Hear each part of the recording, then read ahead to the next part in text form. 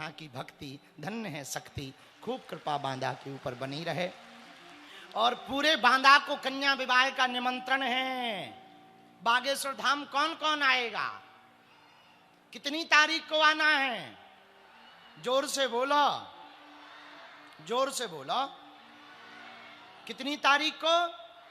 15 तारीख को 300 बेटियों का कन्या विवाह है। पूरे देश भर के संत आ रहे भैया। कम से कम 100 आदिवासी बेटियों का विवाह है। हर साल हनुमान जी करवाते हैं, हिंदू ही मिलकर करवाते हैं, ताकि बेटियां बोझ ना बने। और मंदिरों से एक संदेशा पूरे भारत में जाए कि मंदिरों की, हिंदुओं की चढ़ोतरी से हिंदुओं की बेटियों का घर बसाया जाए।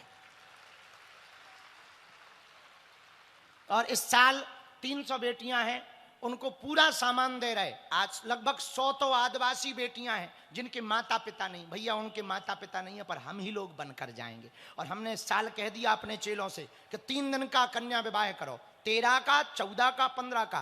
13 को मंडप और हल्दी करो, 14 को संगीत और मेहंदी करो। अब गरीबों की बेटियों को भी तो अपना विवाह बढ़िया से कराने का अधिकार है।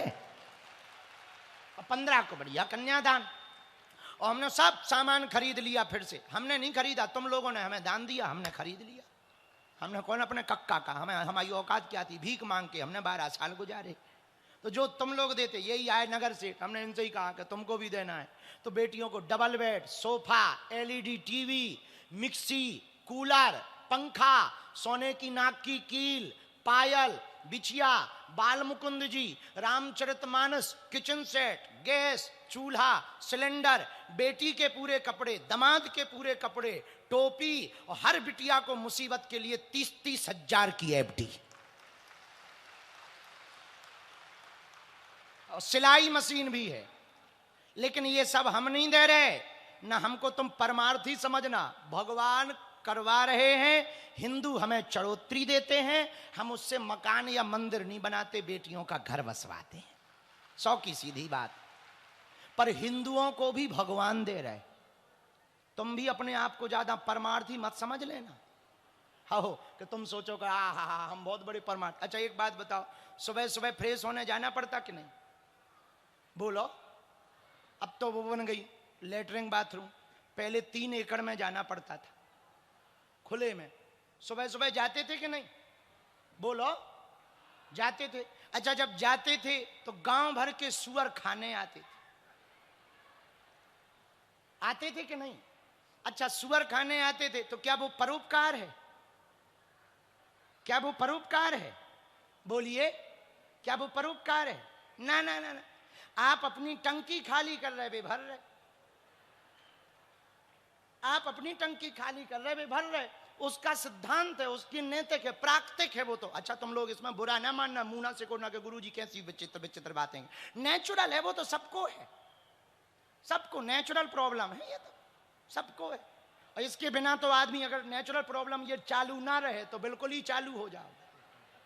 आओ आओ, ये तो नेचुरल। तो जाते हो, पूरे गांव भर के सुअर आते हैं, वे पाते। ये परोपकार थोड़ी है, परोपकार थोड़ी है, प्राकृतिक सिद्धांत है। उसी प्रकार हम भी कोई परोपकार थोड़ी कर रहे हैं। हिंदू हमें देता है, हम हिंदुओं का घर बसा देते हैं, हिंदुओं को भगवान देता है। सीधा सा है।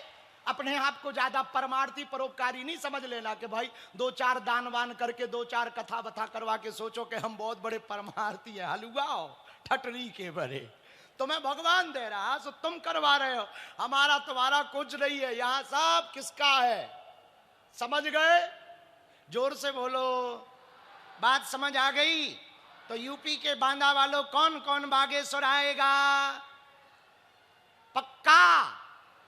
जाओ, हम भी वचन दे रहे, राम कथा या भागवत कथा सुनाने आएंगे अगली बार। अभी तो हमारी हनुमान चालीसा पे चल रही।